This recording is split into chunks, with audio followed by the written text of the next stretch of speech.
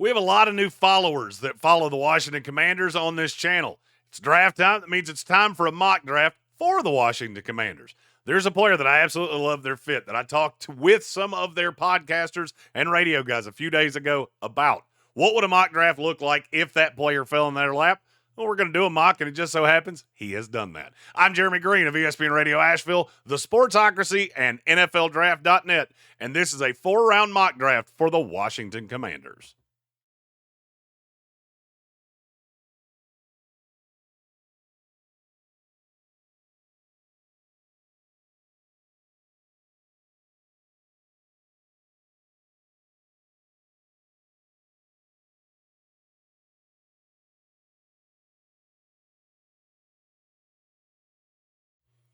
Washington comes on the board here at number 29, and it just so happens that a player I absolutely love for them has fallen in their laps.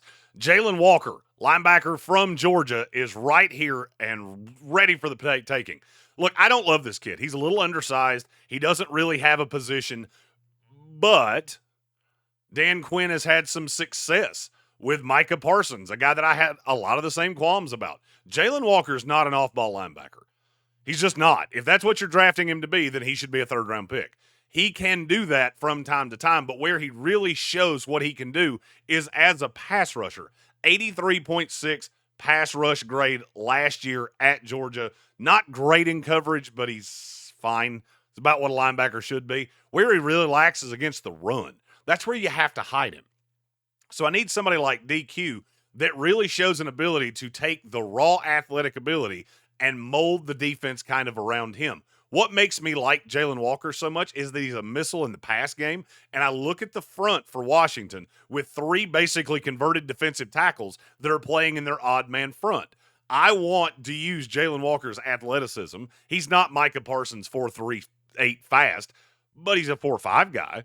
And he can do a lot of that. He's basically a wish version of Micah Parsons that you're getting at the end of the first round, takes on that kind of joker role, and I think would be an absolute bulldog in that defense and give Washington a pass rushing presence that they haven't had to this degree in quite some time. So right here at number 28, we're going to take Jalon Walker, edge rusher out of Georgia.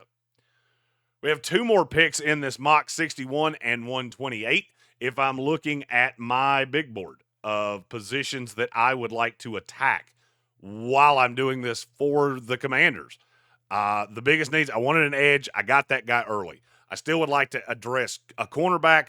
I'd like another offensive lineman. If a tight end were to fall in my lap, that would be great. And I would like to get another receiver. Obviously, the trade for Deebo Samuel kind of mitigated some of that need. So I'm just going to kind of let the board come to me. So we have gone through the procedure here. Oh, that's going to be hard to not do. I'm going to look just out of to be completely covering all my bases. Oh, yeah, corner's been killed. We're all the way down to Dorian Strong and Jacob Parrish, Noel Williams, who I'm hoping would still be on the board at 128. I don't want to reach for him right here. Let's look at the other needs, see if there's any offensive linemen that really kick the tires for me. Ariante Ursery, I'm intrigued by, but I would prefer to give Brandon Coleman a shot on the right side with trade Laramie Tunsil. I think Ursery could benefit from learning behind Laramie Tunsil for a year, but with this kid on the board, I just can't do that because this gives me the big slot. By the way, check out our merch store for your I Love a Big Slot t-shirt that has the NFLDraft.net network logo. Have those in every team colors, including the Washington Commanders. You can get that shirt in your team colors. Just have to send me a message and say that's what you're looking for. Find me on Twitter at JGreenESPN. I get the big slot here in Jayden Higgins that can come in right away. I think you can teach him over time to play that X, play that Z role. He's a big kid. I think he can be an absolute stud. Went to the combine and showed all of the things that he could do. I don't know that he's a refined product. I don't know that right now he's not going to play that slot role, which gets a little uncomfortable in Washington because they did draft Luke McCaffrey a year ago, and he is better in the slot, obviously, as well. Deebo Samuel plays in the slot. He does play more out wide than people give him credit for. Played a lot out wide last year with San Francisco, and I think he'll play a good bit out wide with Washington. Where I'm at here is that now this gives you Deebo Samuel. It gives you some padding because if something were to happen to Noah Brown, who's had injury issues, if whatever the case may be, you've got a player that can play multiple positions, even if he is a more refined slot receiver right now. And it gives you a big target to grow with Jayden Daniels over time. And frankly, he shouldn't be here this late with a pick this late in the second round. So here I'm going to go Jayden Higgins to Washington with their second round pick. So I've started Jaylen Walker, Jayden Higgins. Let's see if there's another J name that I can get here. We go all the way down to 128 because Washington does not have a third round pick at this point, and I'm not doing trades in this mock. The next one that I do will have those. Jackson Dart still on the board. Stop, PFF. You're goofy sometimes. Oh, Willie Lampkin is intriguing. There are a lot of pieces on the board here that I like. So let's get back to the needs. I've added a receiver. I've added an edge. I really want to look at a corner. Let's see what happened to the corner board here.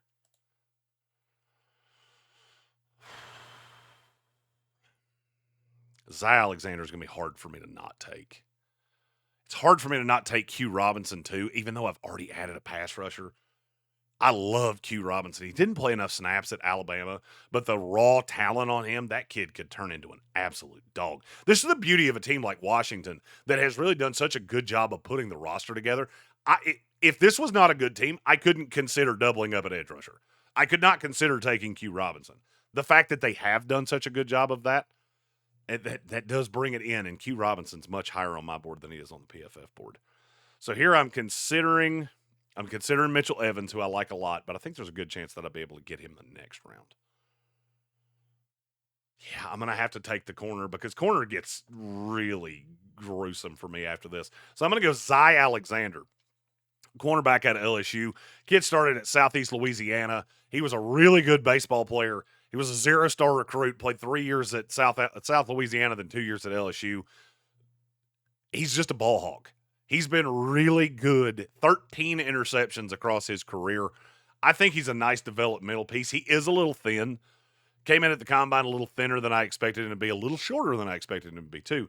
But he's long-armed, and I think over time, the biggest knock that I really have on him is he's not a great tackler right now, but getting him here in the fourth round is great value because he's very sticky in coverage, very good in a read and react.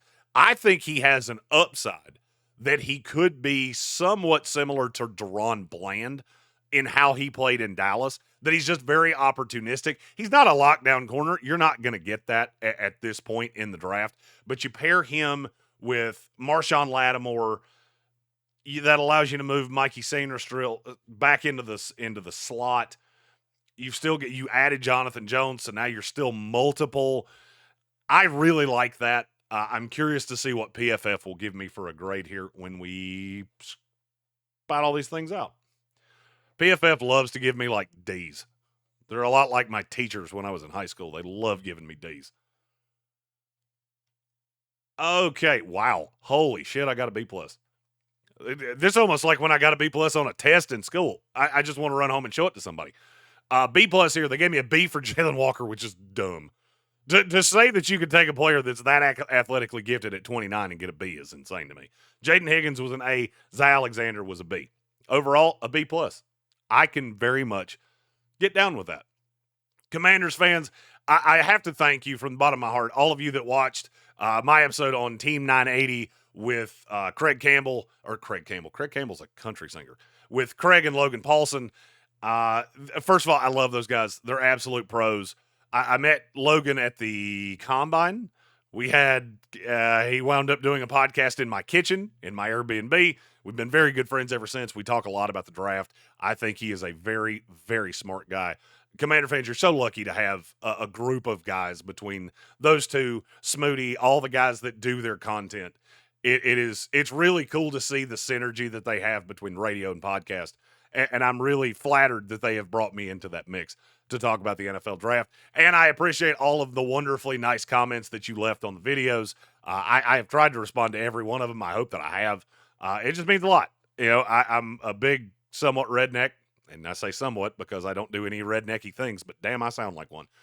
From the mountains of North Carolina that just loves the draft, and I love to talk about football. And I love fans that are as kind and as giving of their time and giving of their praise as you guys are. So from this Southern boy up to the DMV, thank you from the bottom of my heart. If you haven't subscribed to the channel, click that subscribe button. That is right below me right now. You'll be able to see all of our content, including live from Green Bay, Wisconsin. We'll be there all 3 days on Radio Row, day 1 and day 2, and we're going to have just a big old drunken hootenanny on day 3. We rented a giant Airbnb. It's got a big-ass bar with pool tables and 5 televisions, and we're going to enjoy some beers, and it's the end of the draft season, which means I can sleep again. Merciful God, I can sleep again.